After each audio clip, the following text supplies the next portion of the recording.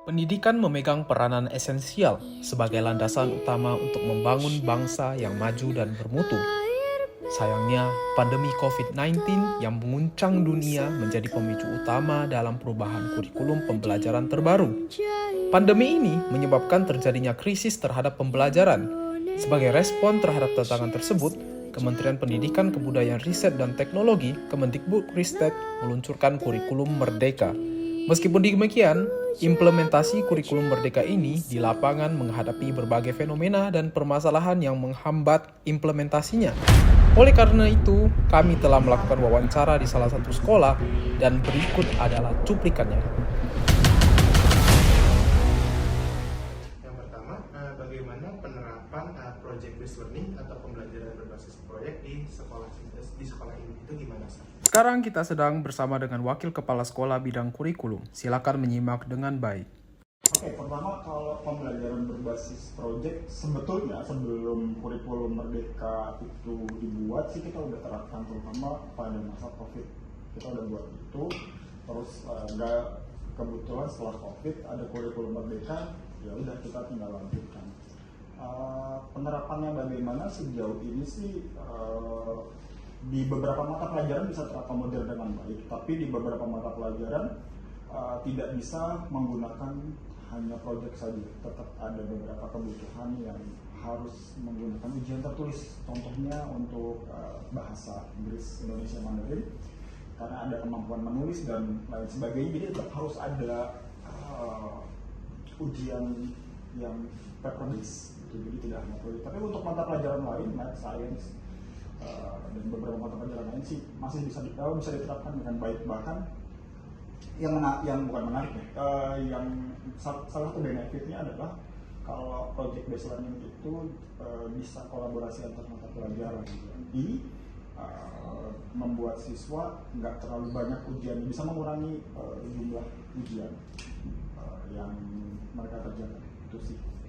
Oke, kembali lagi dengan saya. Dan begitulah kata beliau. Bagaimana dengan suara muridnya? Oke, jadi hai, selamat datang di interview kita pada hari ini. Jadi gimana hari ini? Ya sebelum itu kenalin dulu dan kenapa itu kurikulum Merdeka. Perkenalan dulu apa itu kurikulum Merdeka. Jadi kelas 10 ini ngalamin apa aja kurikulum Merdekanya gitu. Nama saya Dong. Saya kelas 10A.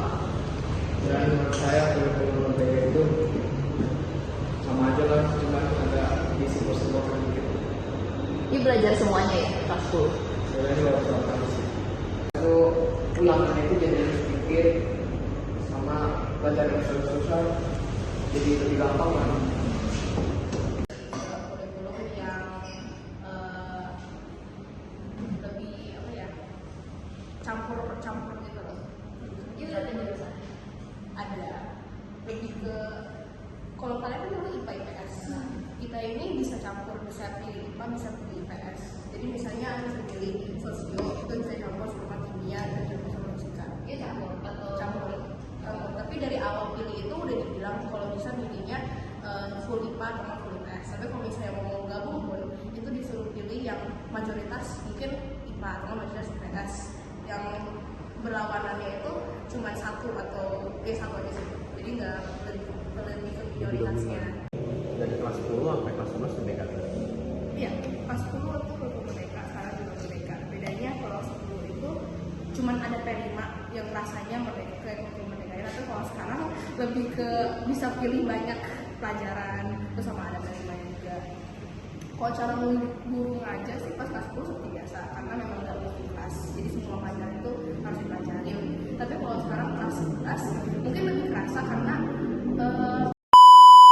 Oke, sekian cuplikan dari kami. Terima kasih karena telah menonton video ini. Dan jika kalian penasaran dengan hasil analisa kami, kalian bisa aja langsung cek jurnal kami sekarang juga. Terima kasih dan sampai jumpa. Salam Pancasila.